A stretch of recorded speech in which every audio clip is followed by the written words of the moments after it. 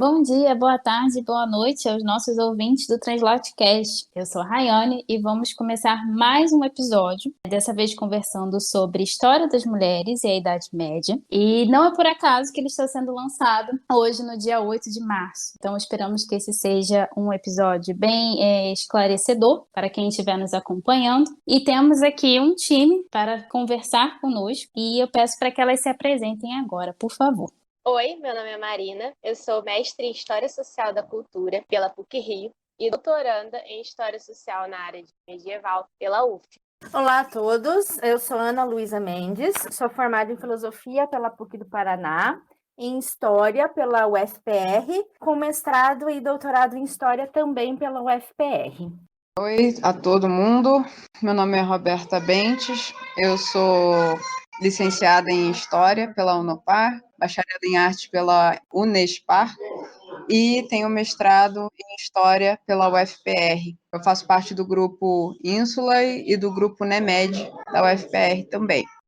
E por hoje ser o Dia Internacional das Mulheres, trazemos a temática da história das mulheres na Idade Média. Sobre essa questão, além da temática feminina na história medieval, a gente também queria trazer informações atuais sobre gênero entre pesquisadores da história medieval brasileira. Os dados foram obtidos a partir de tabelas de inscrição de trabalhos para apresentação no Encontro Internacional de Estudos Medievais e foram levantadas as informações dos eventos de 2011, 2013 e 2015. A partir dessas informações, a gente tem um dado bastante equalizado, que é interessante, pois o gênero dos pesquisadores em medieval se trata de 50,95% de mulheres e 49,05% de homens, o que é bastante interessante. Esse dado não se trata da temática, sim, do gênero dos pesquisadores. Levando em consideração a atuação de mulheres na pesquisa sobre medieval, vamos direcionar as nossas perguntas em relação à temática de mulheres. Então eu lanço essa pergunta para as nossas convidadas.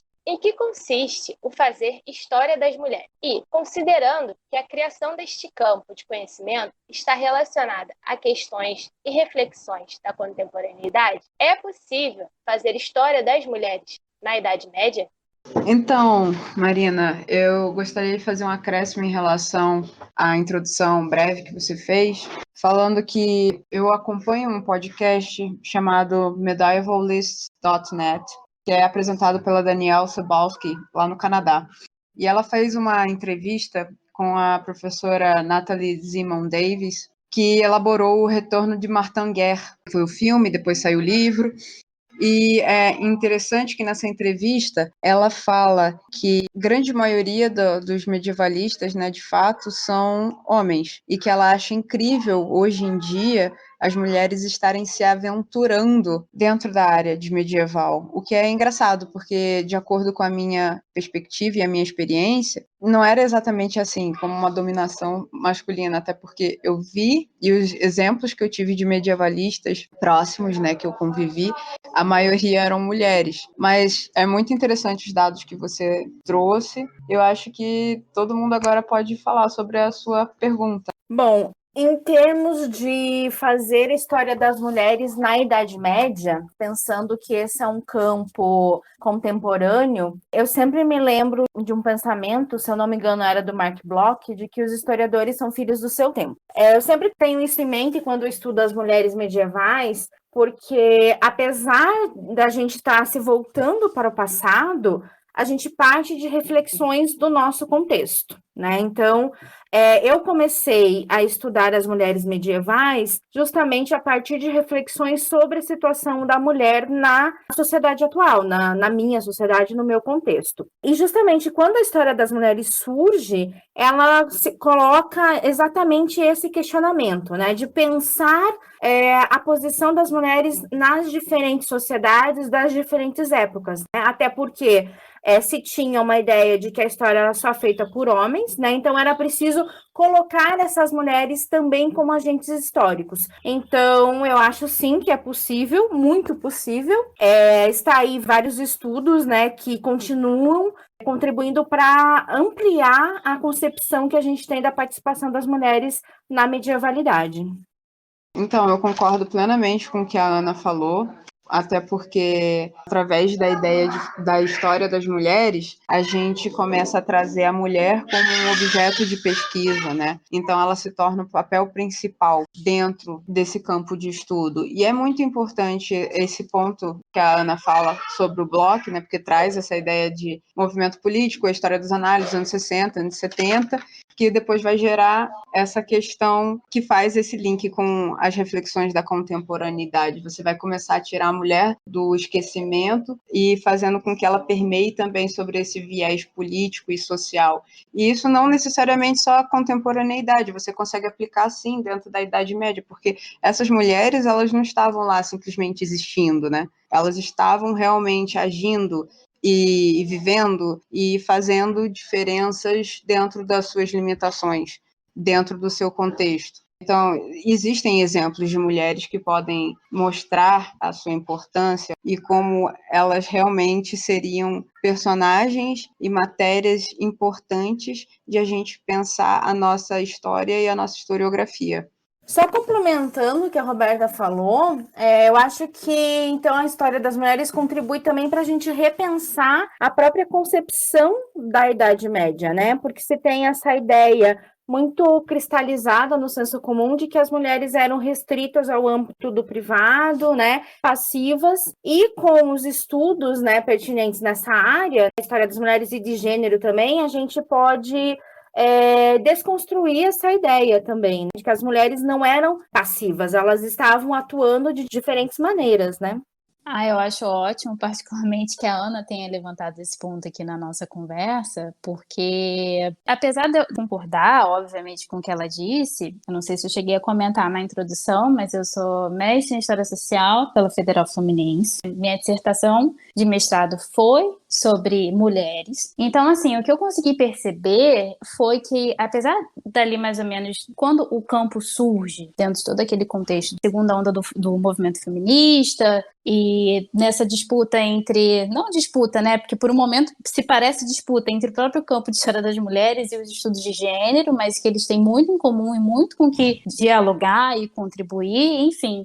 Mas o que eu fui percebendo, conforme as leituras que eu fui fazendo, que justamente nesse início, e aí talvez por esse movimento, talvez de forma involuntária, né, por a gente sempre ver grandes acontecimentos históricos estarem relacionados a grandes homens, e o primeiro impulso do campo de história das mulheres ter sido reescrever, de certa forma, né, ou dar uma oportunidade de trazer grandes mulheres, né, para o centro da discussão, de suas pesquisas, de suas análises, eu, ao mesmo tempo, consegui perceber que esse foi um movimento que deixou algumas consequências, no sentido de, por exemplo, ou você vê grandes mulheres nas narrativas, né? Mulheres que se impõem, que têm ali a sua atuação política e social, enfim, sendo destacada, ou você tem mulheres meramente não atuantes, e aí colocadas como passivas, colocadas como submissas, ou seja, ou você é uma grande mulher, uma figura de grande destaque para a história,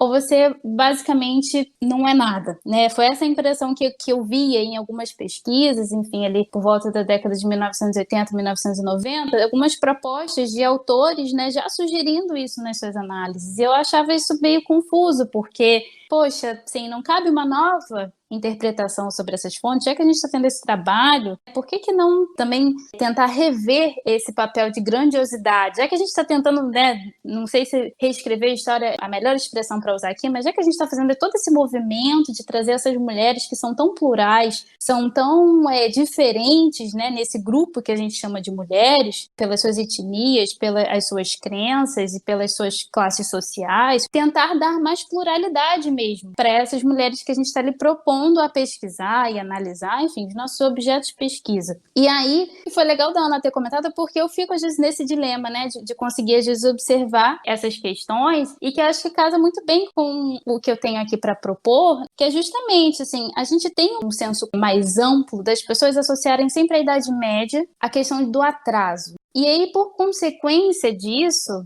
ou não, essa é uma questão também que eu vou colocar aqui para vocês, né, o quanto essa noção de Idade Média como Idade das Trevas influencia, né, nessa noção de submissão e passividade dessas mulheres medievais, porque é muito comum a gente ouvir esse tipo de comentário, né? Nossa, mulher medieval, nossa, sofrida, enfim, submissa, triste. E eu queria ouvir um pouquinho de vocês a respeito, né? Vocês acham que ainda dá para atrelar nessa concepção de submissão e passividade às mulheres medievais, né? E o quanto dessa ideia que eu comentei de Idade Média como Idade das Trevas influencia isso ou não? Vamos ver o que vocês têm a dizer.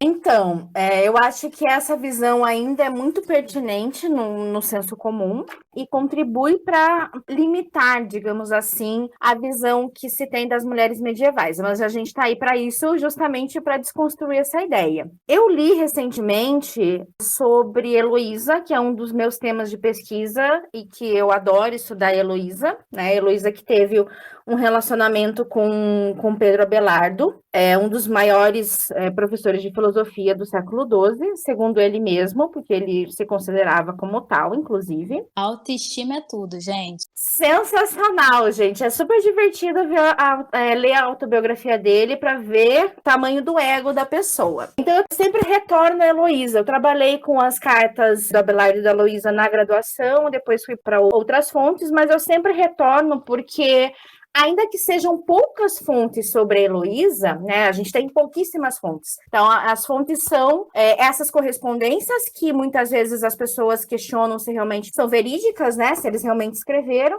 e tem a autobiografia que o Abelardo escreveu falando sobre ela, e tem as correspondências que ela trocou com Pedro Venerável. Então, essas fontes passam por esse perfil masculino. Mas eu estava lendo um texto esses dias que fala da tirania do contexto, porque tem alguns estudos que falam sobre Heloísa ser uma mulher à frente do seu tempo. Por quê? Porque ela não poderia ser uma mulher daquela forma como ela foi. Como que era Heloísa? Heloísa era uma erudita, né? Uma intelectual, como nós diríamos hoje. Ela tinha, o Abelardo fala isso, ela tinha fama, porque ela sabia grego, latim, hebraico, literatura, filosofia, e ela discutia de igual para igual com o Abelardo. E esse texto que eu li fala justamente isso. Por que a gente tem que falar que essas mulheres medievais, pode ser Heloísa ou, por exemplo, Christine de Pizan, que vai ser a primeira mulher a viver de escrita, e ela está ainda na Idade Média, e vai questionar a sociedade em relação a como ela trata as mulheres.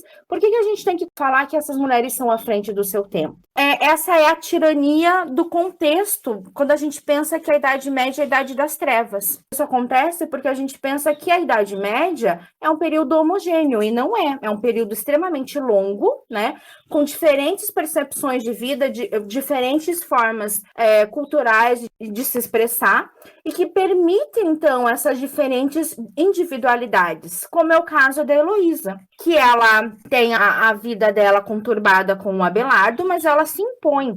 Num primeiro momento, ela não quer casar, ela se coloca contra o casamento, ela acaba cedendo, né, enfim, por N motivos, mas ainda assim ela tem o seu papel de filósofa, e é interessante ver um movimento de uns anos para cá de inserir a Heloísa dentro da história da filosofia, porque ela discute sobre a Bíblia com Abelardo, ela discute sobre ética com Abelardo. Então, é bastante importante essa discussão, justamente para a gente ajudar a desconstruir, então, essa ideia de que a Idade Média é homogênea, e de parar de falar que essas mulheres são mulheres à frente do seu tempo. Elas não são, elas são mulheres medievais que estão inseridas num texto em que era permitido a elas ter diferentes informações vindas de diferentes contextos, que permitia, então, elas serem diferentes do que um determinado conceito exigia ou definia, né, e queria que elas fossem. Então, eu acho que esses dois exemplos que me vêm à mente agora, da Heloísa e da Christine de Pizan, são excelentes para a gente pensar essas questões. Falar que essas mulheres estão à frente do seu tempo, eu acho que é uma injustiça, tanto com essas mulheres, tanto com a própria Idade Média, que nos oferece diversas possibilidades de análise, de pesquisa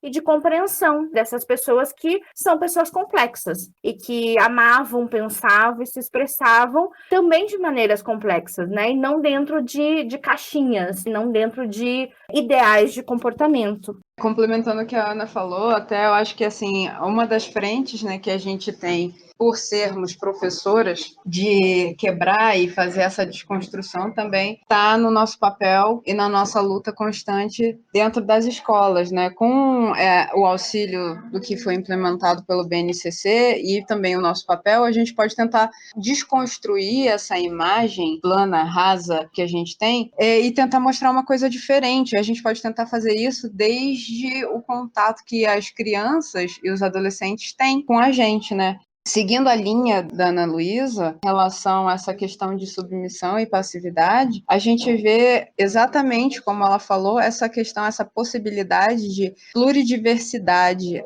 que também vai depender das localizações que a gente vai ter dessas mulheres, né? Então, assim, como a Rayane, por exemplo, estuda as mulheres insulares e tudo mais, eu tive contato, por exemplo, com a parte do reino que seria hoje em dia da França. Então, através do conceito de queenship, por exemplo, a gente vai olhar as mulheres de um outro jeito, mostrando que elas, na real, não têm nada de submissão nem de passividade.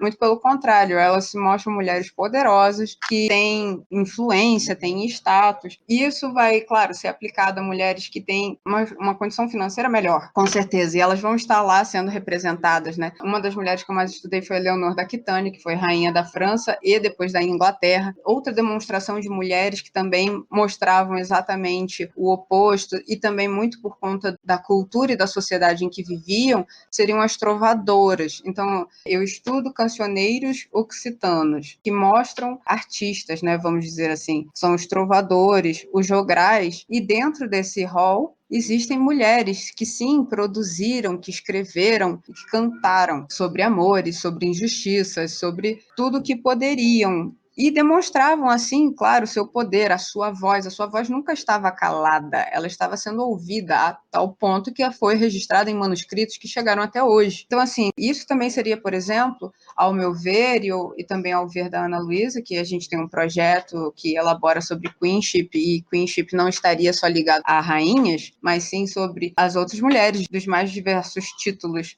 Elas demonstram, então, seu poder, as suas influências, como elas se mostram realmente presentes, né? Então, trovadoras é um exemplo, por exemplo, artístico e literário de mulheres que estavam lá demonstrando a sua presença, indo exatamente contrária a essa ideia de submissão e passividade. E um adendo que eu gostaria de trazer também seriam as soldadeiras. Não vamos falar, ai, gente, é muito fácil falar, né? Rainha, mulheres com títulos nobiliárquicos, talvez, sei lá, duquesas ou condessas ou senhoras. Não, vamos falar de soldadeira, então, soldadeira, que recebia soldo. Ela ia lá estar junto com os trovadores, junto com os jograis, e lá fazer a sua performance. E ela recebeu esse nome de soldadeira por receber seu soldo e ser uma mulher independente. Então, sim, a gente consegue falar, a gente consegue quebrar esses ideais, essas visões gerais, a gente tem exemplo, e olhando essas coisas que a gente, eu acho que se inflama cada vez mais de ir atrás e continuar a pesquisa.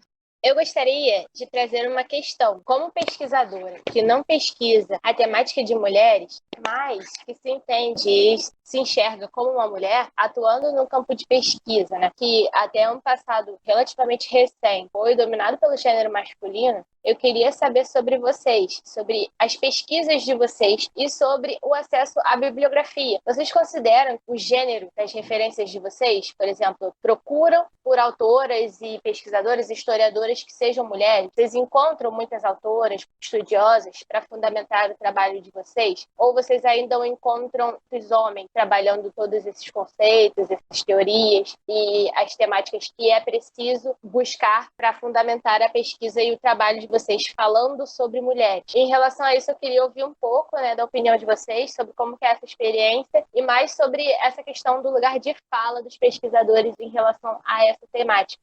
Como a Roberta comentou, nós estamos desenvolvendo um projeto, né, sobre queenship, que era um tema novo para a gente descobriu, né, a gente ficou sabendo desse conceito num evento que nós organizamos aqui Universidade Federal do Paraná, no Seminário de Mulheres na História, na Literatura e nas Artes, e nós achamos bastante interessante esse conceito, então nós vamos procurar mais coisas. Mas, como nós estudamos, né, Portugal, Inglaterra e França, então basicamente a nossa bibliografia é estrangeira. Pensando aqui na minha bibliografia, fazendo um balanço rápido aqui, existem bastante mulheres dentro da bibliografia trabalhando com queenship, com a temática de mulheres especificamente, e é uma preocupação nossa mesmo. De buscar mulheres para que elas sejam divulgadas, porque também tem esse problema, né? Não adianta a gente fazer somente, né, a história das mulheres, mas essas pesquisas têm que ser divulgadas. As pessoas têm que ficar sabendo disso, e essas mulheres também que podem não ter muito espaço. Inclusive, justamente por isso que eu sempre, quando vou fazer uma citação dos nomes, né, na bibliografia, eu faço questão de colocar o nome completo, porque às vezes, né, a citação está só o sobrenome e o primeiro nome está com uma abreviatura, então você não sabe quem que é. Então, eu acho importante colocar o nome completo justamente para dar visibilidade a essas mulheres, a essas historiadoras que podem nunca ficarem conhecidas dentro dessa área, né? Eu acho que, assim, a gente se mantém muito em sintonia, eu e a Ana Luísa, a gente realmente procura, a gente fez também muitos trabalhos esse ano passado, 2020, a gente sempre tentou se manter com uma certa presença considerável de mulheres, tanto na nossa bibliografia, mas também tentando trazer raciocínios diferenciados. Tem muitas mulheres que fazem publicações importantíssimas lá fora, só que a maioria das pessoas fica replicando sempre os mesmos homens, que sempre têm as mesmas ideias. E você vê visões diferenciadas, fora também a nossa tentativa, e eu acho que logra com muito êxito, de também valorizar as pesquisadoras, as professoras que a gente teve acesso aqui mesmo do Brasil, não necessariamente as gringas, né? Porque, como ela falou mesmo, por conta do nosso recorte, a gente fica muito atrelado às fontes secundárias externas, né? Então, muita leitura externa. Mas, assim, eu acho que dá para a gente valorizar figuras importantes do medieval aqui no Brasil, né? Como a professora Cláudia, lá da UNB, a professora Marcela, aqui na UFPR, a professora Fátima, também da UFPR, a professora Renata, da UFG, várias outras, né, que vão poder falar também um pouco, não necessariamente elas estão estudando só gênero, mas valorizar elas como um geral, como medievalistas, e isso é muito importante, porque elas também podem te auxiliar dentro da questão da teoria, né, dentro da questão do contexto, não necessariamente sobre análise de gênero ou sobre análise das mulheres em si. A professora Cláudia, com certeza, sobre mulheres, porque ela estuda isso, mas essa valorização ela é muito necessária e a gente tenta se manter nisso e tenta também se manter ativa, nós duas, justamente para tentar puxar essa frente. Muito bom. E uma coisa interessante é que eu nunca realmente parei para pensar sobre a questão do sobrenome. Excelente. Trazer esse cuidado para ter a referência da autora sendo relacionada ao gênero dela, né? Porque só o sobrenome não identifica, né?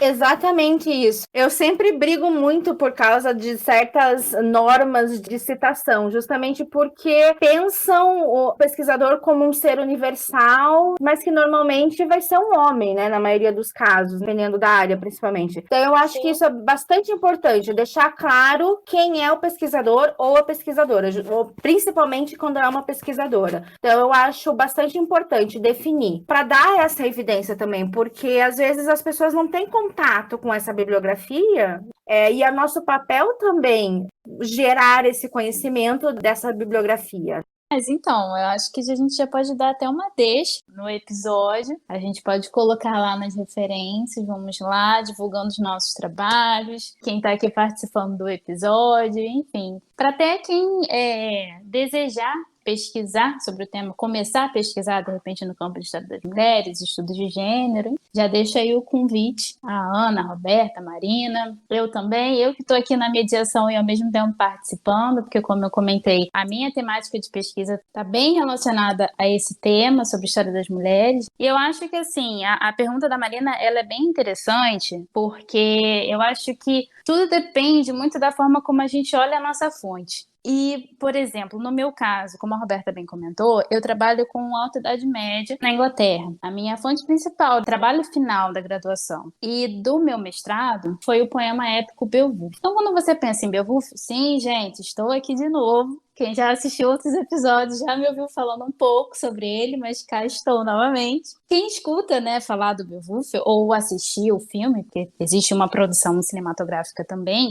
já é remetido toda uma ideia de masculinidade, né? É uma narrativa que te leva a pensar na questão do herói, do corajoso, do valente. E que, assim, eu me propus olhar essa fonte de uma forma inversa. E o que foi muito desafiador também. Então, assim, eu tive, para começar, né, contato com uma bibliografia majoritariamente internacional, né, em língua estrangeira, mas que são mais direcionadas ao Beowulf, à produção do Beowulf. Aí sim, eu tive contato mais com autores do que autoras. Né? Mas, assim, essa é uma fonte que remete a anos de estudo, a anos de discussão.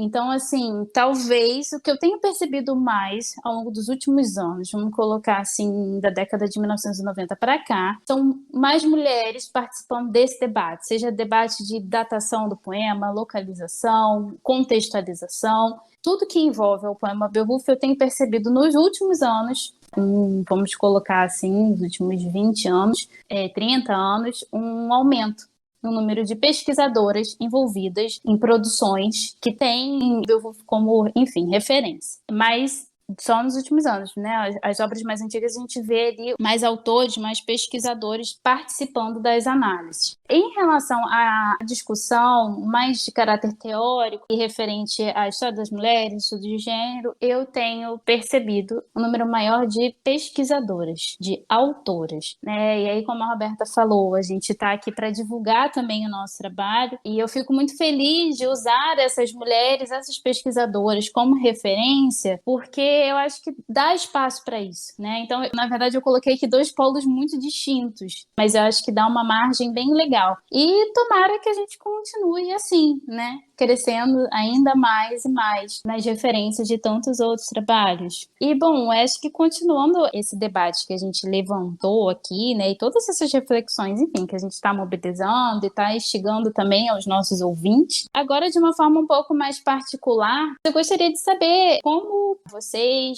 mulheres que se identificam ao gênero feminino, o que mobilizou vocês a pesquisar sobre mulheres medievais? Porque, para mim, apesar de eu ter trabalhado com o Beowulf, como eu comentei na minha fala anterior, na graduação, eu não tinha ainda jogado essa perspectiva, jogado essa nova ótica, de olhar as personagens femininas do poema e estudar todo o seu processo de representação naquele contexto literário. Na minha graduação, por exemplo, eu fui mobilizada através de uma disciplina que eu cursei, por incrível que pareça, dos 5 anos que eu passei na graduação na Federal Fluminense, somente no último ano eu tive contato com uma disciplina sobre história das mulheres, que foi com a professora Elisa Garcia. Atualmente a gente tem a professora Carolina Coelho Fortes, oferecendo regularmente disciplinas sobre estudos de gênero na Idade Média, que eu acho que é muito importante, porque, por exemplo, como eu comentei, foi cursar essa disciplina de História das Mulheres que me mobilizou a reanalisar uma fonte que eu já tinha trabalhado. Então eu queria saber de vocês, assim, o que mobilizou vocês, além da academia, se foi algum motivo pessoal, no meu caso também foi, 2015, 2016, o movimento feminista também nos cercando. Eu queria ouvir um pouquinho mais desse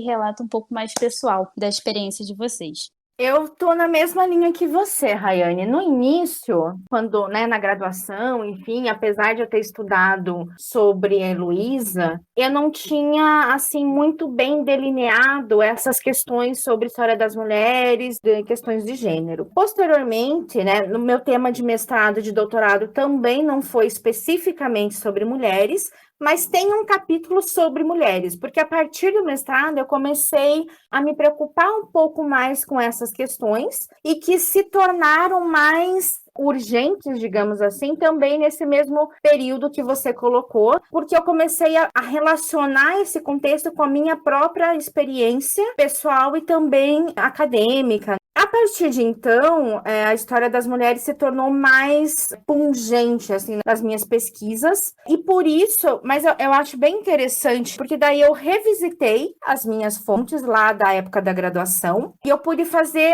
novas análises em cima das cartas de Abelardo e Heloísa. Eu acho isso muito interessante, porque todo mundo fala, você sempre vai ler com outros olhos, de dito e feito, com uma nova bagagem, né, de vida, de leituras, de experiências, de disciplinas cursadas, né, no mestrado, no doutorado, de cursos, você volta com um olhar diferente para essas fontes. Então, eu consegui promover, então, esse novo olhar em cima da Heloísa. É claro que a minha pesquisa não fica somente nela, mas ela, eu costumo dizer que é o meu xodozinho, né, porque eu comecei estudando Abelardo e Heloísa e eu sempre, de alguma maneira, volto para ela, justamente porque ela está inserida nesse movimento da história da filosofia. Interessante também comentar que as mulheres também foram excluídas da história da filosofia e tem muitas mulheres, muitas filósofas também escrevendo livros de histórias da filosofia para inserir essas mulheres na história, dentre as quais está a Heloísa. Eu acho muito pertinente, isso volta lá na nossa primeira questão também, sobre o historiador ser filho do seu contexto. Isso ajuda a gente a ter um novo olhar sobre as nossas fontes e novas perspectivas também, e procurar mais fontes. Eu sempre tenho a tendência de querer estudar mulheres que não são conhecidas, para deixar elas serem conhecidas. Então isso faz com que eu e a Roberta, nós temos vários projetos juntas, então isso faz com que a gente tenha muitos temas a serem abordados justamente nessa perspectiva de colocar essas mulheres em cena, da gente apresentar essas mulheres que estão lá escondidas nos escombros da história. Escondidas e esquecidas. A gente tem que trazer elas à tona, realmente. Eu e a Ana Luísa temos projetos, acho que uma vida inteira, mais 6 meses. Mas, brincadeiras à parte, acho que todo mundo pegou na mesma onda, né? Foi uma bela de uma onda surfada. Porque foi na mesma época. Eu estava fazendo disciplinas isoladas, na época não tinha ainda licenciatura em História. Eu estava fazendo disciplinas isoladas enquanto estava fazendo Belas Artes. Foi também nessa época, mais ou menos, que eu conheci a Marcela, que foi minha orientadora.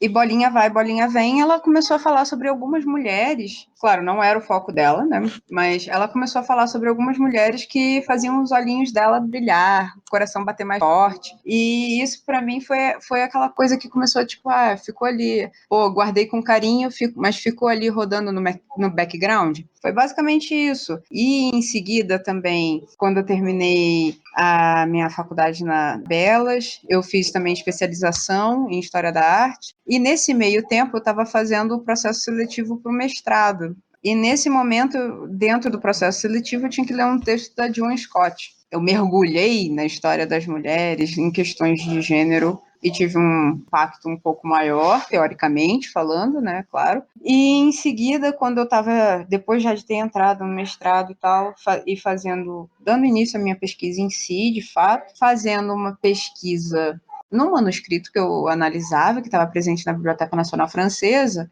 eu achei uma miniatura, na real não uma miniatura, uma iluminura, porque tem fundo dourado, uma iluminura que tinha uma mulher representada, um sinal de trova. Aí eu falei, uai, como assim? Aí fui atrás disso e, sem querer, achei outro cancioneiro que versava sobre a mesma coisa. Foi daí também que a minha pesquisa ampliou. Antes eu tinha uma fonte, virou 2 fontes, uma fonte quase que complementando a outra ou comparando uma a outra. Que então eu saí do cancioneiro I e fui para cancioneiro I e K. E aí, nesse momento, eu achei representação de mulheres e de trovadoras. Foi aí que eu tive contato com as trovadoras e também foi tendo esse contato que eu peguei esse barco aí em 2017 e, além de estar dentro da parte da equipe de auxílio do evento, que estava sendo encabeçada à época pela Ana Luísa, eu só estava como staff ali, ajudando com questões visuais e tal, design. Eu acabei montando uma pesquisa. Foi a primeira pesquisa que eu encabecei de frente realmente sobre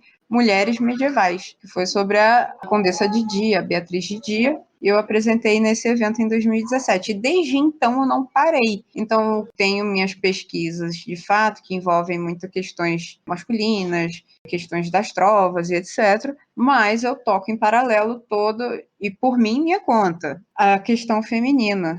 E para mim isso se tornou muito importante. Eu peguei essa onda mesmo que a Rayane falou, a mesma onda que a Ana Luísa falou, e mergulhei de cabeça e continuo nela. Eu tento não só ficar dentro dessa área que é muito confortável, de áreas regentes e mulheres estupidamente nobres, porque você tem. Claro, você tem muito mais fonte, né? É muito mais fácil de pesquisar. Mas você ir atrás dessas outras mulheres e tentar ler nas entrelinhas, que nem as trovadoras, como eu falei, as soldadeiras, você vê Trótula, você vê outras mulheres, Marjorie Kemp, né, na Inglaterra, você vê histórias diferentes, o papel diferenciado que essas mulheres têm. Isso é extremamente importante. Eu sigo firme e forte, junto com a Ana, em relação a isso, de tentar trazer personagens diferentes, diferenciadas e inovadoras para o contexto medieval brasileiro.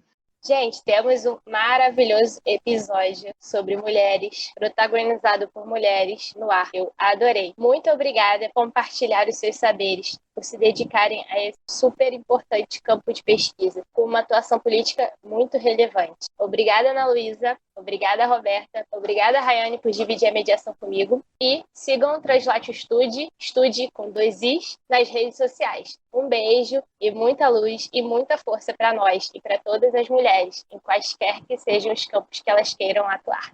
Gente, foi um prazer mediar e, de certa forma, participar desse episódio. Eu acho que ele é significativo, é algo que a gente já queria fazer há um tempo aqui no Translatcast, mas ele veio, eu acho que no momento certo. Eu espero que seja muito proveitoso para todos que vão estar nos ouvindo e nos acompanhando. Eu agradeço também demais a Marina pela ajuda na mediação, a Ana e a Roberta por terem topado participar e conversar aqui com a gente, tá? Aqui nesse ótimo bate-papo e, enfim, conhecer um pouquinho mais da pesquisa de cada uma delas. E é isso. Até a próxima e a gente se vê aí no próximo episódio do Translatcast, que será em breve. Obrigada pela oportunidade, foi ótimo. E a gente vai deixar nossas referências e eventuais produções aí disponíveis com vocês. E, se possível, deem uma olhada nos eventos que eu e a Ana Luísa organizamos. Até mais! Obrigada, Rayane e Marina, pela oportunidade.